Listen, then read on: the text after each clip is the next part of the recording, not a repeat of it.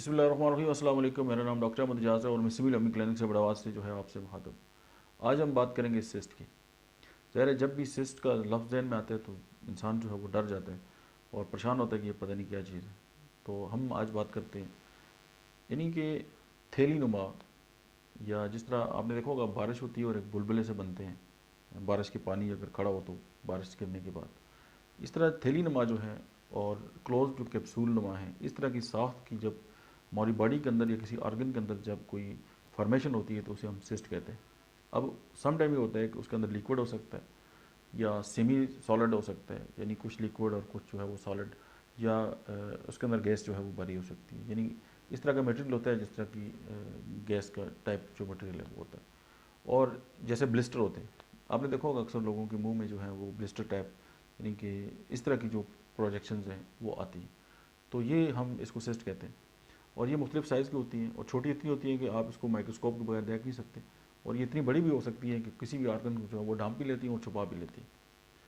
और सिस्ट जो है, मेजॉरिटी जो सिस्ट हैं उनमें वो बिनाइन होती है, यानी सादा सिस्ट होती हैं, यानी उनमें कैंसर नहीं होता। लेकिन कुछ सिस्ट जो है वो ऐसी होती हैं जिनमें कैंसर हो सकता है, या वो कैंसर की जो पहली शक्ल है वो उस पर वो भी हो सकती है। और अगर सिस्ट के अंदर जो है वो पस पड़ जाए या पी पड़ जाए तो हम कहते हैं कि ये जो सिस्ट है वो अब इन्फेक्शन का जो है वो बायस बन सकती है, और इसको हम एब्सेस जो है वो सिस्ट कहते हैं। बात करते हैं कि जो सिस्ट हैं उनकी जो काजेज़ हैं वो क्या हो सकती हैं। ज़ाहिर ये सवाल डेफिनेटली हर एक के जहन में पैदा होता है, क्योंकि सिस्ट जो है वो बहुत आम है और ये जिस्म के किसी भी हिस्से में जो है वो पाई जा सकती है। और इनकी जो वजूहत है उनमें से अक्सर कोई इन्फेक्शन जो है वो हो सकता है, और पायरसिंग जो है वो हो सकती है। उसके बाद क्लॉज जो है, स्पीशीज़ जो ग्लैंड है उसके अंदर अगर कोई ख़राबी वाक़ होती है तो उसके नतीजे में जो है वो बनती है। इसके अलावा कुछ काजेज़ जो हैं वो ये हैं कि अगर बॉडी के अंदर कहीं ट्यूमर्स हैं तो उसके साथ जो है वो रिलेटेड जो है वो सिस्ट बन सकती है। उसके अलावा कुछ लोगों में जेनेटिकल डिसऑर्डर्स होते हैं कि उनकी फैमिली के अंदर ये बात पाई जाती है, तो वो टेंडेंसी होती है जो है उनकी बॉडी के अंदर जो है वो सिस्ट जो है वो बनते रहते हैं। और अगर एम्ब्रियो जो है उसके डेवलपमेंट में अगर कोई इशू हो जाए तो वो भी सिस्ट बनते हैं। उसके अलावा अगर सेल के अंदर अगर कोई डिफेक्ट आ जाए तो फिर भी सिस्ट जो है वो डेवलप हो सकते हैं। और अगर कोई क्रॉनिक इन्फ्लेमेटरी कंडीशन है तो उसके नतीजे में भी जो है वो सिस्ट बन सकते हैं। और अगर जो है ब्लॉकेज आ जाए बॉडी में कहीं डक्ट में, और जो फ्लूड है वो फिल कर दे उसको, तो वहाँ पे भी सिस्ट जो है वो बन सकती हैं। अगर बॉडी के अंदर कोई पैरासाइट चला गया है और उसके ऊपर जो है वो भी सिस्ट जो है वो डेवलप हो सकते हैं। और अगर ब्लड वेसल्स के अंदर कोई इंजरी हो गई है या उसके अंदर कोई मतलब है कि कोई रुकावट पैदा हो गई है तो भी वहाँ पे सिस्ट बन सकते हैं। अब हम बात करते हैं कि जो सिम्टम्स हैं, यानी कि सिस्ट अगर बॉडी के अंदर है तो उसके किस तरह के सिम्टम्स होंगे जिससे हमें अंदाज़ा हो सकता है। लेकिन मोस्ट प्रॉब्लम ये होता है कि जो सिस्ट है उसकी कोई सिम्टम नहीं होते और वो बिल्कुल पड़ा रहता है साइलेंटली। लेकिन अगर हम ये देखें कि चूँकि सिस्ट की जो इकसाम है वो अलग हैं, उसकी जो टाइप्स हैं, तो हर टाइप की जो है वो सिम्टम भी अलग है और उसके साथ जो उसकी अपीयरेंस है वो भी अलग है। और ज़ाहिर है वो जिस ऑर्गन में या जिस एरिया में होगा तो उसके साथ रिलेटेड जो है उसके सिम्टम्स होंगे। अगर कोई शख्स है वो ये फील करता है कि उसकी स्किन के नीचे जो है वो लिम्फ है, तो मे बी कि उसके जो सिस्ट है उसकी स्किन के नीचे जो है हो सकता है। और सम टाइम ये होता है कि पेशेंट को सिस्ट होती है लेकिन वो बहुत बेखबर रहता है, और अगर कोई स्कैन हो गया, उसका सीटी स्कैन हो गया या एमआरआई वगैरह हो गया तो उसमें उसको पता चल जाता है, या अल्ट्रासाउंड हो गया तो पता चल गया जी कि ये तो सिस्ट जो है वो जिस्म की फ्लॉ ऑर्गन में पड़ा हुआ है और उसको जो है वो डिस्टर्ब कर रहा है, लेकिन सिम्टम ही नहीं आ रहे। और अगर ब्रेन के अंदर जो है वो सिस्ट बन गए तो उसमें यह सर दर्द के साथ जो है मुख्तलिफ इलामात हो सकती हैं। अगर ब्रेस्ट सिस्ट है तो उसके साथ भी जो है वो पेन वगैरह हो सकता है। अगर सिस्ट की टाइप्स की बात करें तो सबसे पहले जो है वो एक्नी सिस्ट है, और इसे जो है वो नेड्यूलो साइटिक से जो एक्नी है उसको हम ये भी कहते हैं।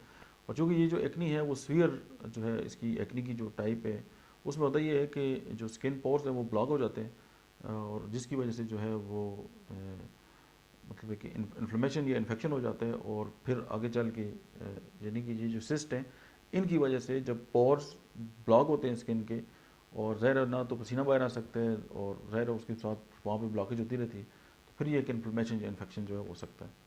सेकंड जो है वो आर्कनाइड जो है वो सिस्ट है, और ये ज़्यादातर जो है वो न्यू बॉर्न बेबी जो हैं इनको जो है इफेक्ट कर सकते हैं। और जो आर्कनाइड मेम्ब्रेन है वो दिमाग जो है उसको कवर करती है, और जो फीटल डेवलपमेंट के दौरान जो है ये डेवलप हो जाती है, और अलग होकर ये एक सैक बनाती है जो CSF जो है उससे भरा होता है।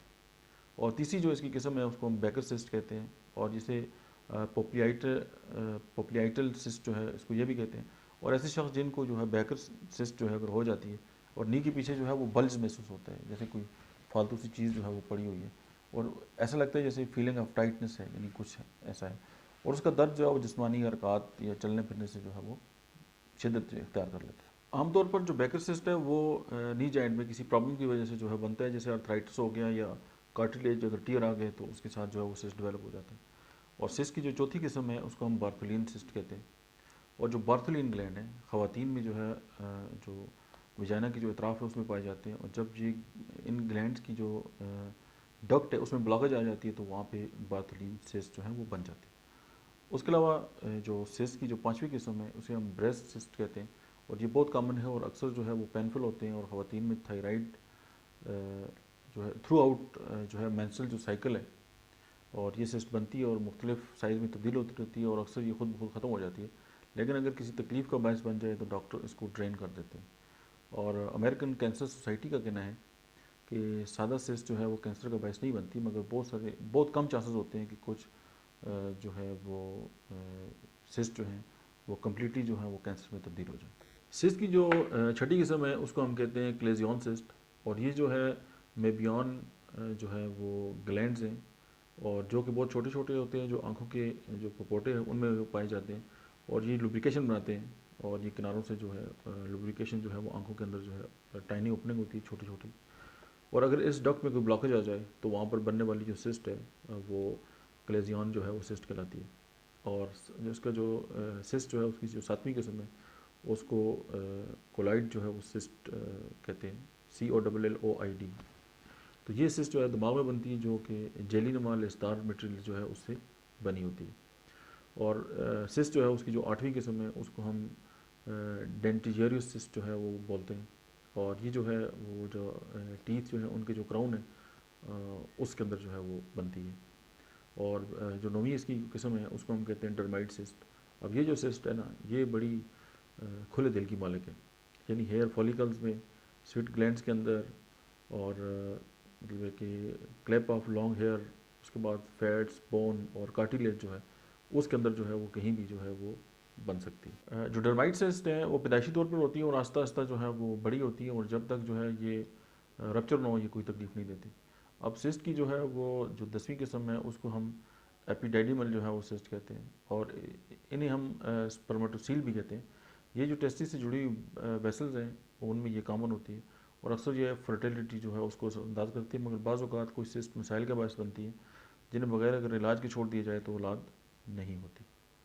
और जो 11वां नंबर है जो सिस्ट की जो किस्म है उसे हम गेंगलियान कहते हैं। गेंगलियान जो है वो छोटे जोड़ या इनके इर्द गिर्द जो है कवरिंग ऑफ जो टेंडन्स हैं उनमें बनने वाली जो है वो छोटी छोटी सिस्ट होती हैं जो हार्मलेस होती हैं। और ये गेंगलियान सिस्ट जो है वो कहलाती है। आमतौर पर ये कलाई पर बनती है मगर हाथों, पाँव, घुटने और टखनों पर भी ये बन सकती है। और मोस्ट प्रॉब्लली मैंने ये देखा है बच्चों में कि यहाँ पे जो है वो एक सिस्ट जो है वो बन जाती है। उसके अलावा जो इसकी 12वीं किस्म है उसको हम हाइड्रेटेड सिस्ट कहते हैं। और ये जो सिस्ट है ये छोटे छोटे जो टैप और में उनकी वजह से बनती है और ये जिगर या फेफड़ों में जो है वो पाई जाती है। सिस्ट की जो 13वीं किस्म है उसे हम जो है वो किडनी सिस्ट कहते हैं। और गुर्दों के अंदर जो है वो ये बिल्कुल सिंपल सिस्ट है और इसको हम रीनल सिस्ट भी कहते हैं। और सॉलिटरी जो सिस्ट के अंदर जो है वो फ्लूइड और कभी जो है वो ब्लड जो है वो पाया जाता है। और कुछ सिस्ट जो है वो पैदाइशी तौर पे होती है और कुछ जो है वो ट्यूब की ब्लॉकेज की वजह से होती है। और नंबर 14 पे जो इसकी काइंड आती है सिस्ट की उसे हम ओवेरियन जो है वो सिस्ट कहते हैं। ये ख़वातीन में बहुत ज़्यादा आम है और ये जो पीरियड जब मतलब कि रेगुलर नहीं होते या डिस्टर्ब होते हैं किसी भी वजह से तो ये सिस्ट जो है ओवुलेशन के दौरान मोस्ट प्रॉब्ली जो है वो बनती है। और आमतौर पर ये बिनाइन होती है मगर बाज़ औक़ात ये अपनी साइज़ में बढ़ जाती है और पेट जो है उससे नज़र आते हैं कि एक मतलब है कि कोई उबार सा जो है। तो जब PCOS जो होता है जिसे हम पॉलीसिस्टिक ओवरी सिंड्रोम कहते हैं, जो बांझपन की एक बहुत बड़ी किस्म है जिसमें वज़न भी बढ़ जाता है और चेहरे पे जो है वो बाल भी आना शुरू हो जाते हैं और हार्मोन्स जो है उसका पूरा साइकिल जो है वो मतलब है कि जो बैलेंस है वो ख़राब हो जाता है। तो ओवरीज के अंदर ये उस वक्त होता है जब बहुत छोटी छोटी जो है वो सिस्ट बनती है। पेंक्रियाटिक सिस्ट जो है ये जो हेल्थ प्रोफेशनल है ये इसको जो है वो उतना सिस्ट नहीं मानते क्योंकि उनका ये मानना है कि इसके अंदर जो ट्रू सेल है वो नहीं है, इसको सोडो सिस्ट कहते हैं। लेकिन जो पेंक्रियाज है उसके अंदर ये जो सिस्ट बनती है और इसको हम पेंक्रियाटिक सोडोसिस्ट भी कहते हैं। और उसके बाद ये है कि पाइलोनाइडल जो है सिस्ट है, और ये जो है वो टैप बोन जो है और लोअर बैक जो है उसमें बनने वाली जो सिस्ट है। और बाज़ औक़ात सिस्ट के अंदर जो है वो बाल भी उगाते हैं, और ये सिस्ट जो है वो गुच्छों की शक्ल में बनते हैं, जो कि बाज़ औक़ात जो है वो दिल के अंदर जो है वो सुराख बना देते हैं। पाइनल ग्लैंड के अंदर जो सिस्ट पाया जाता है उसे हम पाइनल ग्लैंड का जो है वो सिस्ट होता है। ये जो कि दिमाग के अंदर एक ग्लैंड है, और उसके अंदर जो सिस्ट होता है वो उसको हम पाइनल ग्लैंड सिस्ट कहते हैं, लेकिन ये मोस्टली बिनाइन होता है। उसके अलावा जो है वो सेबेशियस जो है वो सिस्ट है। चेहरे पर, खोपड़ी में और स्क्रोटम पर बनने वाले सिस्ट को हम सेबेशियस जो है वो सिस्ट कहते हैं। लेकिन ये सिस्ट चूँकि लोकेशन की वजह से जो है एपिडेडिमाइड या पाइलर सिस्ट भी जो है हो सकते हैं। और उसके बाद वोकल फॉल्ट जो है सिस्ट है, इसकी जो है वो दो किस्में, एक जो है वो म्यूकस रिटेंशन है और एक एपिडर्माइड जो है सिस्ट है। और जिससे बाज़ औक़ात किसी भी शख्स की जो बोलना है उसको जो है वो मुतासर करते हैं। और यानी उसमें उससे ये होगा कि मल्टीपल जो टोन्स हैं उसकी बात करने की वो होगी, और हॉर्सनेस जो है उसको हो सकती है। और यानी जो मतलब बात करने के दौरान जो है वो अजीब तरह की जो है वो आवाज़ें जो है वो निकल सकती हैं, और उसकी जो रूट काज है वो वोकल फोल्ड सिस्ट हो सकती है। अभी हमने सिस्ट के बारे में बहुत सारी डिटेल में बात की, और सिस्ट में एक ही बात है कि जब भी कहीं डक्ट में ब्लॉकेज आती है तो फिर मोस्ट प्रॉब्ली यही होता है कि वहाँ पे सिस्ट जो है वो डेवलप होना शुरू हो जाते हैं। अब हम बात करते हैं कि होम्योपैथिक रेमेडीज़ जो हैं वो जो सिस्ट पे जो है वो काम करती हैं। सबसे पहले जो कॉमन एक रेमेडी है जो पॉलीसिस्टिक ओवरीज पे भी बड़ा ज़बरदस्त असर रखती है, दैट इज़ एपिस मेलिफिका। और सेकंड जो मेडिसिन है वो एपोसाइनम है। और इस इन दोनों में एक ही फ़र्क है कि जो एपिस मेलिफिका है उसमें प्यास बिल्कुल नहीं होती, और एपोसाइनम में जो है वो प्यास होती है पेशेंट को। उसके बाद जो है वो अगारिकस मस्कारस एक ऐसी दवा है जो सिस्ट जो है उनके लिए ट्रीटमेंट में इस्तेमाल होती है। फिर ब्रोमियम है, उसके अलावा अर्निका है, बैलेंस पर्स है, कलकेरिया सल्फ है, काली सल्फ है, कॉस्टिकम है, आयोडियम है, जब ज़ाहिर ग्लैंड्स डिस्टर्ब होते हैं तो आयोडियम, काली ब्रोम है, काली कार्ब है, काली म्यूरेटिकम है, मेडोराइनम है, उसके अलावा लाइकोपोडियम है, सबाइना है, एपर सल्फ है, प्लाटिना है, और फास्फोरस है, स्टेफिसिगेरिया है, सल्फर है, थूजा ऑक्सीडेंटालिस है, सिलिशिया है, कोनियम है, और आर्सेनिक एल्बम है। इसके अलावा भी जो है वो सिस्ट के वाले से बहुत सारी मेडिसिन है जो इस्तेमाल होती हैं, और पल्साटीला एक one of the best medicine है। उसके अलावा जो मतलब है कि अगर हम रूट काज हमें पता चल जाए, हम रूल आउट कर लें उसके रूट काज को, तो हम होम्योपैथिक ट्रीटमेंट के साथ जो है वो बहुत सारे सिस्ट जो है उनको ट्रीट कर सकते हैं। और बारहा मेरे यानी कि सैकड़ों के हिसाब से जो पेशेंट हैं क्लिनिक में आए और होम्योपैथिक तरीका इलाज से जो है उनको शफायाबी मिली है।